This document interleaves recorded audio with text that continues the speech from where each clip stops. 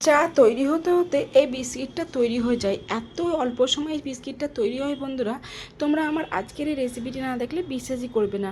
আর এতটাই মুচমুচে আর এতটাই সুস্বাদু এই বিস্কিটটা খেতে, একবার হলেও বাড়িতে তোমরা অবশ্যই তৈরি করো। তাহলে চলো আর দেরি না করে তৈরি করে ফেলি। দেখো, একটা বাটির মধ্যে নিয়ে নিয়েছি দুটো ডিম, দিচ্ছি 1 কাপ চিনি গুঁড়ো করে নিয়েছি, সেই চিনিটা আমি দিয়ে দিচ্ছি সামান্য লবণ। এই বিস্কিটে সামান্য লবণ দিলে খেতে বেশ ভালোই লাগে। আর দিচ্ছি সামান্য কালো জিরে, আর 3 টেবিল স্পুন মতো সাদা তেল, দিচ্ছি সামান্য বেকিং সোডা, আর 3 টেবিল স্পুন মতন পাউডার দুধ। পাউডার দুধটা দিলে পরে ভীষণ ভালো লাগে এই বিস্কিটটা খেতে, তার জন্য পাউডার দুধ দিয়েছি। সব উপকরণগুলো খুব ভালোভাবে আমি কিন্তু মিশিয়ে নিচ্ছি। অনেকক্ষণ সময় নিয়ে মিশিয়ে নেওয়ার কোনো দরকার নেই। দেখে নিশ্চয়ই বুঝতে পারছো এই ডোটা তৈরি করতে কিন্তু অনেকক্ষণ সময় লাগবে না, খুব অল্প সময়ের মধ্যেই বিস্কিটের ডোটা তৈরি হয়ে যাবে। দেখো, এবার আমি দিয়ে দিচ্ছি 2 কাপ আটা। এখানে আমি গমের আটা ব্যবহার করেছি, ময়দা না। দেখো, 2 কাপ আটা দিয়ে খুব ভালোভাবেই আমি একটা ডো তৈরি করে নিচ্ছি। আর যা যা আমি উপকরণ দিয়েছি, এরপর কিন্তু আমি 1 ফোঁটাও জল ব্যবহার করিনি বা করবও না। দেখো, সব উপকরণগুলোর সঙ্গে খুব ভালোভাবে এই আটাটা কিন্তু মেখে একটা ডো তৈরি করা হবে।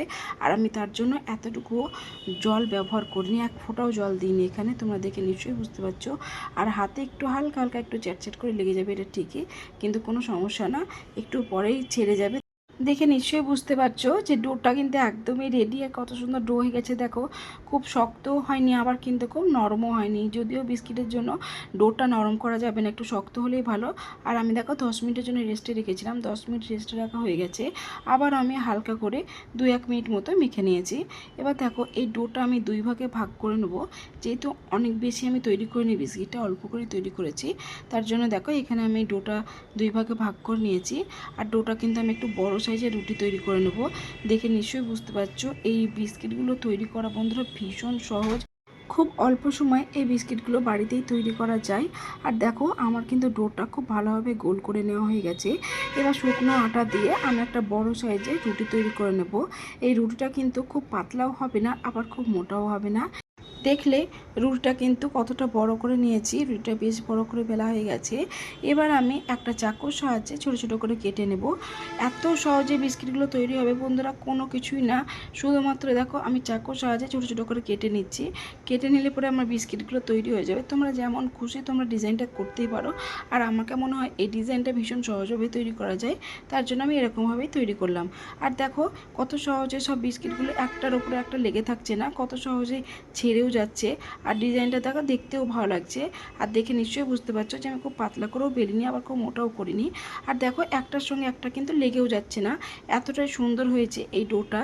দেখো, সবগুলো কিন্তু খুব ভালোভাবে আমার বেলা হয়ে গেছে, আর কেটেও নিয়েছি, দেখতেই পাচ্ছ। এবার আমি এইদিকে দেখো তেলটা গরম করতে দিয়ে দিয়েছি। এবার আমি বিস্কিটগুলো কিন্তু তেলে ভেজে নেব। দেখো, তেলে দেওয়ার সঙ্গে সঙ্গে কেমন যেন ফুলে উঠছে, তাই না?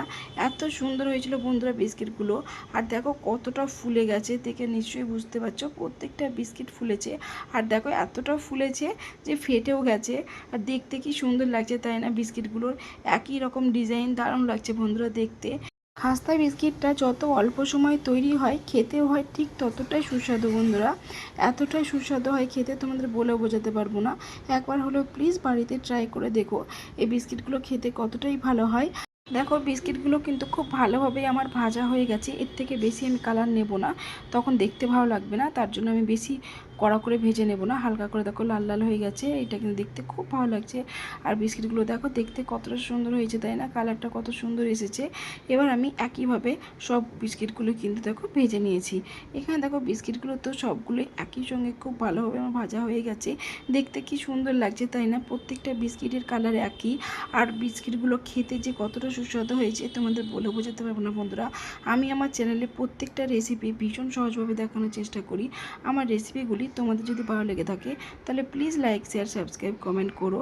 আর দেখো, এবার আমি একটা তোমাদের ভেঙে দেখাচ্ছি যে কতটা খাস্তা, কতটা মুচমুচে হয়েছে। দেখো, বিস্কিটটা দেখে নিশ্চয়ই বুঝতে পারছো কতটা ফুলে একদম ডাবল হয়ে গেছে, তাই না? বিস্কিটগুলো খেতে বন্ধুরা ভীষণ সুস্বাদু, তোমরা একবার হলেও প্লিজ বাড়িতে ট্রাই করো।